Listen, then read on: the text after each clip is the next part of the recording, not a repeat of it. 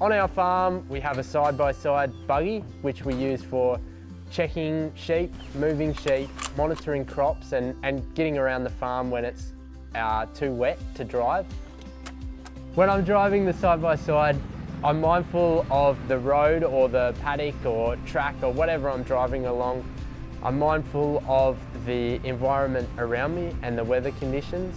Our side-by-side is quite a fast one, goes about 65 k's an hour, so I'm mindful to drive to the conditions, but always wear the seatbelt, because just like a ute, if you were driving 65 k's an hour down the road, you'd definitely have your seatbelt on.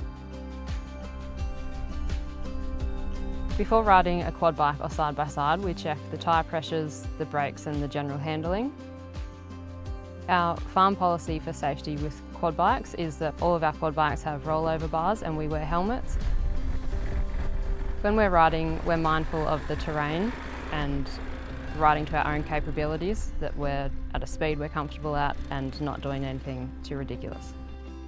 Our other major rule is an age restriction. We have a school-based apprentice at the moment who's only 15, so she's not legally able to ride a quad.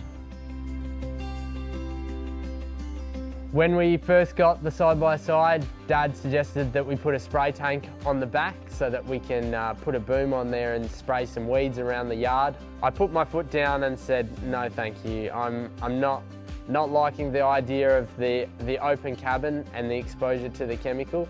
And I told him quite firmly that if he wanted to do that, I would not be taking any part in it. Once when I was riding a quad bike, I've had a near miss, which was on slippery gravel. And since then, I've just changed my riding style to suit my capabilities, and I watch my speed. I know I'm safe and in control when riding because I've got my weight distributed evenly and I feel in control of the vehicle.